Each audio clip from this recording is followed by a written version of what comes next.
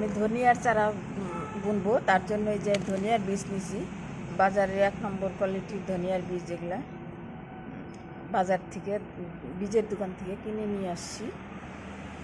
তার জন্য এই যে এখানে অ্যালোভেরা দিয়ে অল্প জল ভিজায় নিছি। আর ধনিয়ার বীজগুলো এই যেরকম হালকা করে একটু ডলা দিয়ে নিলে ওর জার্মিনেশন হইতে খুব সুবিধা হয়। হালকা করে, যাতে বীজটা না ভাঙে। কয়েকটা ডলা দিয়ে নেব।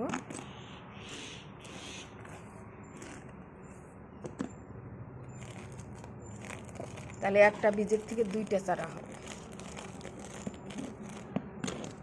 হচ্ছে এই যে এগুলো এখন এখানে ভিজাবো।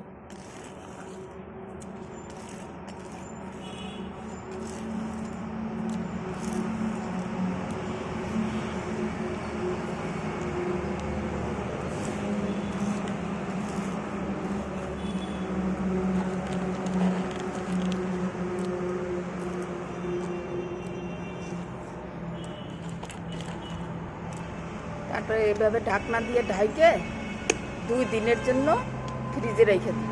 ফ্রিজে রাখার পরে আমি ওই বীজগুলা ছাইকে নিয়ে চারা দিব।